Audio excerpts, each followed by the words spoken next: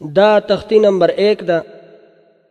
ابتدا چې کوم دی په دغه انداز باندې چې اعوذ بالله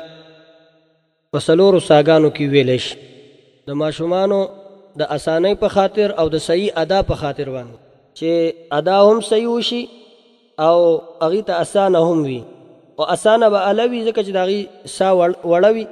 نو د دې وجې نه چې په څلورو ساګانو باندې دي ته په داسې انداز باندې ویلی شي اعوذ بالله من الشیطان الرجیم. بیا دغه رنګې بسم الله دا ورته په دریو ساګانو کې ویلی شي بسم الله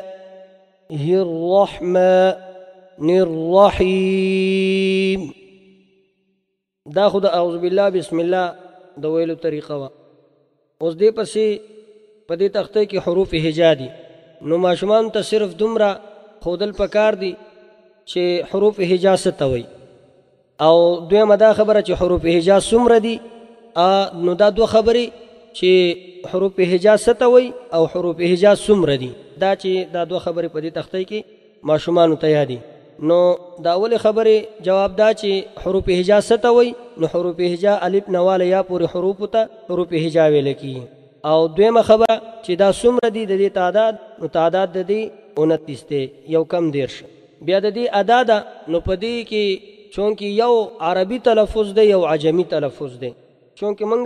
قرآن وایو او د قرآن تعلق د عربۍ سره دی نو لہذا موږ به د دې عربي تلفظ کوو خو د دې عجمي تلفظ پیژندل پکار دی دې دپاره چې سړی بیا عربي تلفظ پیژندلی شي چې دا عربي تلفظ دی دا عجمي دی. عجمي تلفظ د حروف هجاو داسې دی الف بی تی ثی جیم حی خی تر یې پورې دا د حروف هجاو عجمي تلفظ دی او عربي تلفظ د حروف هجاو داسې دی الف با تا ثا جیم حا خا دال ذال را زا سین شین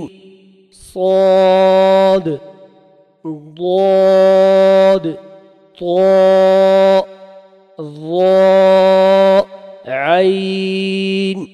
غين فاء قاف كاف لام ميم نون واو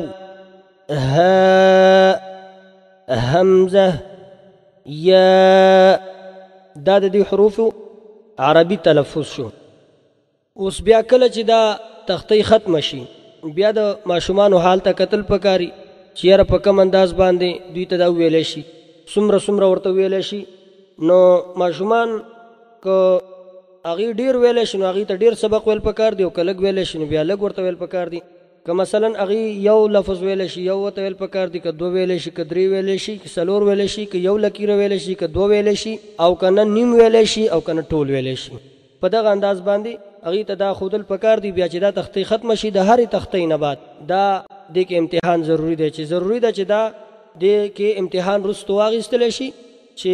ماشوم هغه څومره چې کوم دی زده کړه وکړه نو د تختې هره تختې چې ختمه شي نو هغې کې به چې کوم دی امتحان اخیستلی کېږي چې یاره ماشوم په دې کې څه وپېژندل او که نه که نه یې پېژندلي نو بیا هغه ته واپس هغه تختې د سره کول پکار دي او که نه پېژندلي نو بیا ضروري ده چې مخکې هغه ته چې کوم دی سبق وښودلی شي.